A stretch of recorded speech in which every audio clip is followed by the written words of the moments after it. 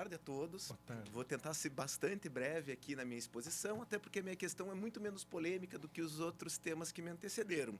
Eu vou falar especificamente sobre o juízo de retratação no recurso ordinário.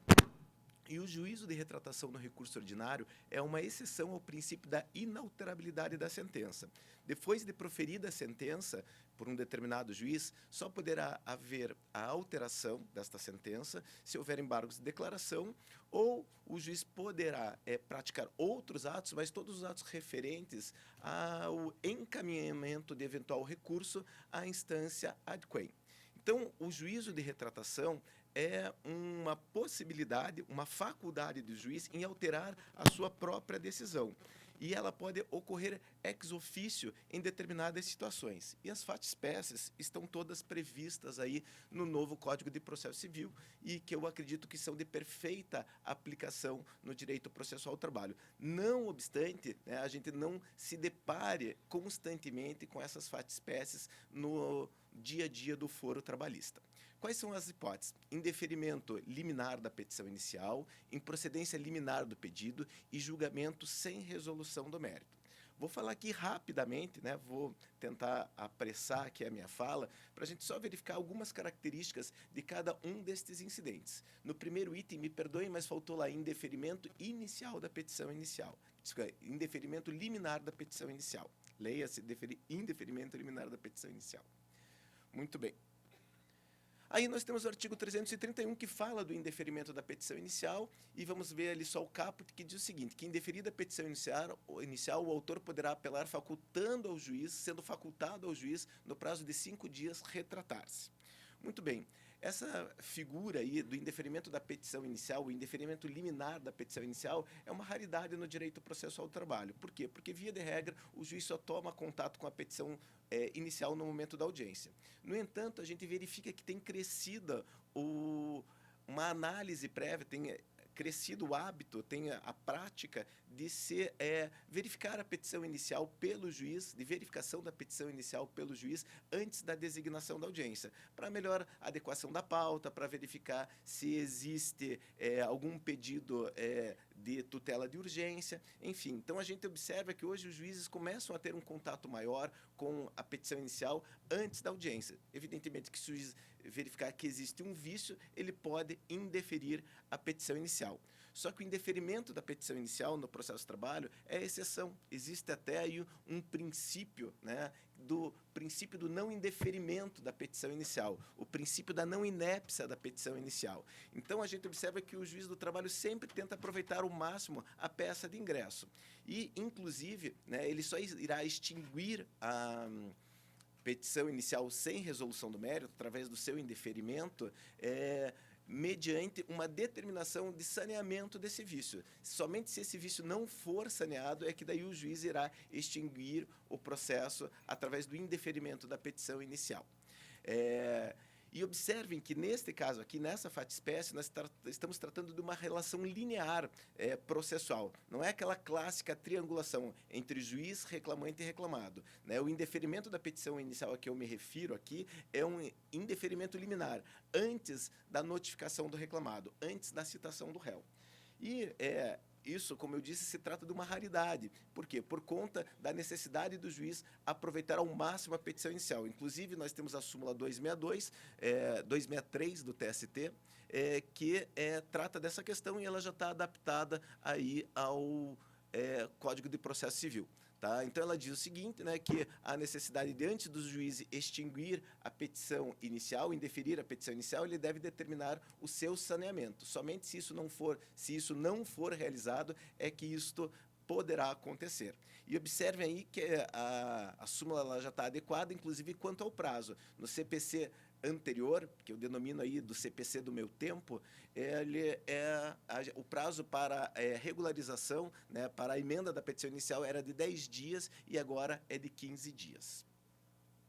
Bom, visto isso, vamos tratar talvez com a questão mais polêmica aí, porque envolve precedentes, né? Também a possibilidade do juiz reconsiderar uma decisão que extingue o processo, quando ele pode reconsiderar uma decisão que extingue liminarmente o processo quando ela for contrária aos precedentes e também quando for possível aplicar a prescrição ou a decadência.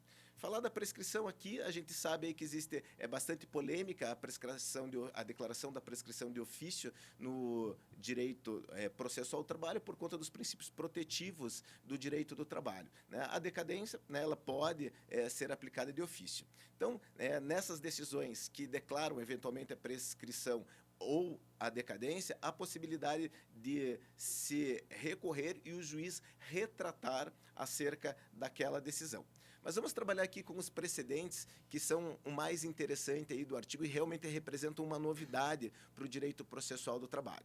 Então, o que diz o artigo 332? Nas causas que dispensam fase instrutória, ou seja, aquelas que independem de prova, ou que a prova já está pré-constituída, o juiz, independentemente da citação do réu, novamente aquela relação linear, né, processual entre juiz e reclamante, julgará liminarmente improcedente o pedido que contrariar. E aí temos os precedentes que se encontram listados. A gente pode observar que aí o artigo do CPC ele se refere à estrutura da Justiça Comum e da Justiça Federal e não se refere à Justiça do Trabalho. Então, há uma necessidade de adaptação do artigo 332 do CPC à realidade do processo do trabalho. E aqui tem um quadrinho comparativo. Então, quando no processo comum se fala em súmula do STF e do STJ, temos que falar em súmula do STF, do TST e das OJs do TST, já que as OJs, né, também compõem o que eu denomino de jurisprudência stricto sensu. Daí, quando se lê acórdão do STF e do STJ em julgamento de recursos repetitivos, nós temos que ler acórdão do STF e do TST proferido em julgamento de recursos repetitivos. Aqui, recursos repetitivos, como já mencionado pelo professor Dalegrave, nós temos uma regrinha ali para recurso repetitivo do recurso de revista, inclusive anterior ao advento do novo CPC. Depois temos a questão onde se lê entendimento firmado em incidente de resolução de demandas repetitivas ou assunção de competência, não há necessidade de se fazer nenhuma adaptação. Até agora, né, já falamos aqui sobre precedentes, mas não houve um esclarecimento, ninguém abordou a questão do que vem a ser a assunção de competência. E a assunção de competência nada mais é do que a possibilidade de um determinado tribunal eleger uma matéria de interesse social para a elaboração de um precedente, sem que haja necessidade de repetição. A necessidade única e exclusiva de haver transcendência na matéria, de haver interesse social. Aí, novamente, nós estamos trabalhando com um conceito aberto e, evidentemente, caberá ao próprio tribunal analisar se há ou não esse interesse social relevante. Muito bem. E depois temos aí, quando se lê súmula do TJ sobre direito local, temos que ler súmula do TRT sobre direito local. Mas o direito local nós temos que conhecer também das fontes específicas do direito do trabalho, né? Quando se fala em direito local no direito do trabalho, nós vamos estar falando da legislação estadual, municipal, mas também do regulamento de empresa, de aplicação obrigatória ao contrato de trabalho, vamos estar falando das convenções coletivas e dos acordos coletivos de trabalho. Mas aqui eu gostaria de fazer uma provocação a vocês. E por quê? Porque a provocação vem no sentido de se o que nós temos, se o nosso arcabouço de súmulas e orientações jurisprudenciais anteriores ao novo Código de Processo Civil podem ser considerados precedentes. E aí há uma séria discussão sobre esse tema. E por quê? Porque o nosso sistema de produção de jurisprudência stricto sensu adota um critério persuasivo, né? Não existiu a participação da sociedade e muitas vezes não existiu sequer a participação de todos os órgãos do Poder Judiciário. O Tribunal Superior do Trabalho, ele se reúne uma vez ao ano e elabora sua jurisprudência e toda vez os jurisdicionados, e acredito que o próprio juiz se surpreenda com as decisões do Tribunal Superior do Trabalho. A gente verifica matérias que nunca foram objeto de discussão, que você nunca viu na frente, né? Não obstante eu tenho uma advocacia muito ativa, de repente ela já é uma súmula ou uma orientação jurisprudencial. E aqui eu cito dois exemplos bastante emblemáticos. O primeiro é o artigo 384 da CLT. antes, né, daquela decisão do ministro Dias Toffoli, lá em repercussão geral, não se pedia, não se discutia a revogação ou não do artigo 384 da CLT, aquele intervalo lá antes do início da prorrogação da jornada para o trabalho da mulher. Nem o professor Valdir Perrini, que espreme com boa técnica a CLT para fazer as suas petições iniciais, fazia esse pedido.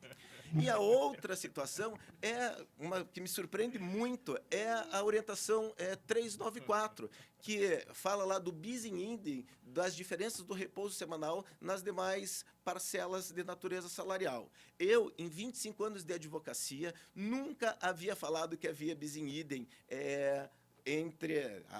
acerca desses reflexos, né? E por que isso? Porque, do meu ponto de vista, não há. Mas, de repente, existe uma orientação jurisprudencial que diz bis in idem. Obviamente que eu estou pedindo a aplicação dela em todas as defesas que eu faço lá no escritório, mas não existe bis in idem. Inclusive, lá quando eu dava aula de prática na PUC, a gente explicava, tem alguns alunos ali, já vi que tem alguns ou vários alunos aqui, a gente fazia lá, mostrando que não havia bis in idem, puxava as setinhas para todo o lado do quadro negro, enfim, a gente demonstrava a ausência de bis in idem. Então, a gente tem que verificar que esses nossa jurisprudência stricto sensu, ela não foi formulada de uma forma democrática, né? O professor Delegrave aqui falou, por exemplo, do Instituto da Amicus Curiae, né? Também falou das audiências públicas, né?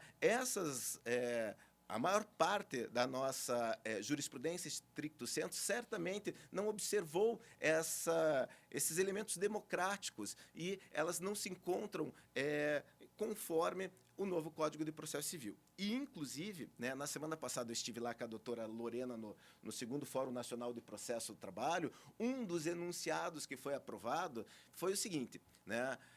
As súmulas do Supremo Tribunal Federal e do Tribunal Superior do Trabalho anteriores ao início da vigência do novo CPC não se inserem dentro do conceito de precedente estabelecido pelo artigo 927 do CPC, aprovado por maioria, um resultado de 76% a favor da aprovação.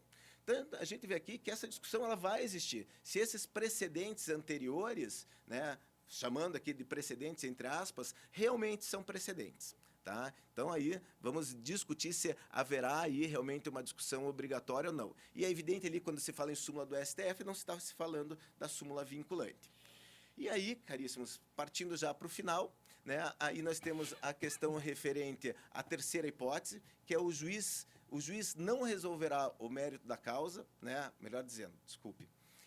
A terceira hipótese é quando o juiz indeferir, julgar sem resolução do mérito. Também a possibilidade do juízo de retratação. E o juízo de retratação consta lá no parágrafo 7º. Interposta a apelação, em qualquer dos casos que tratam os incisos desse artigo, o juiz terá 5 dias para retratar-se. Né? Aí, evidentemente, né, extinto o processo sem resolução do mérito, recebido o recurso, o juiz, de ofício, deve verificar essa possibilidade de retratação, independentemente do requerimento da parte. E daí, para a gente falar um pouquinho só do procedimento, já estou partindo para o final, vamos só verificar as 3 hipóteses. Então, indeferimento liminar da petição inicial, improcedência liminar do pedido e julgamento sem resolução do mérito.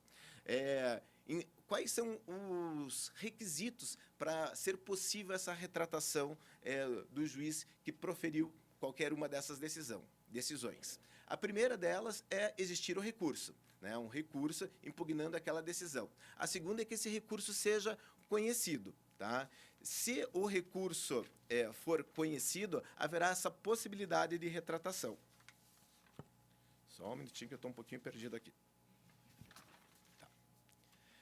Então, a primeira existência do recurso, o recurso deve ser recebido e o juiz tem um prazo de 5 dias para fazer essa retratação. Esses 5 dias são contados a partir da conclusão do recurso. Evidentemente que se trata de um prazo impróprio e, portanto, não preclusivo. E, se não houver a necessidade de retratação, se o juiz entender que deve manter a decisão, nas 2 primeiras hipóteses, que são de indeferimento liminar, de indeferimento liminar e de improcedência liminar, o juiz citará a parte contrária para apresentar contrarrazões. E o próprio Código de Processo Civil fala em citação e não intimação. Por quê? Porque este é o primeiro momento em que a parte terá ciência da existência desse processo. Então, o juiz caso não reconsidere, determinará a citação da parte para apresentar a resposta, para apresentar contrarrazões. Se ele reconsiderar, o processo retornará ao seu status quo e aí o juiz determinará a citação do reclamado para que ele venha a propor a sua defesa, para que ele compareça à audiência e proponha a sua defesa. Se não houver recurso nas duas primeiras hipóteses, o que deve acontecer? O juiz deve intimar a parte acerca da existência dessa decisão, que poderia ter influenciado na sua esfera jurídica e econômica, para que ele tenha ciência de que existiu esse processo e que ele foi liminarmente extinto.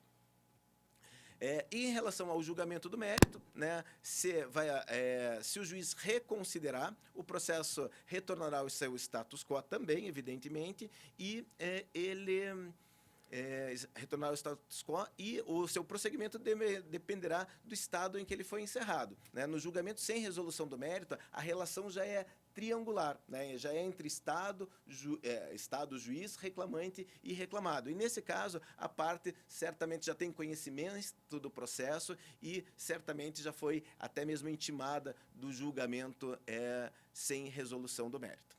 Então, caríssimos, é isso. Eu acho que eu corri muito aqui, né? Peço desculpas se eventualmente me atrapalhei, mas gostaria de agradecer, agora ao final, o convite do professor Dalegrave, dizer que eu nunca falei para uma plateia tão seleta assim, e gostaria muito de agradecer aqui a presença de todos vocês. Realmente foi um prazer estar aqui nessa manhã. Muito obrigado.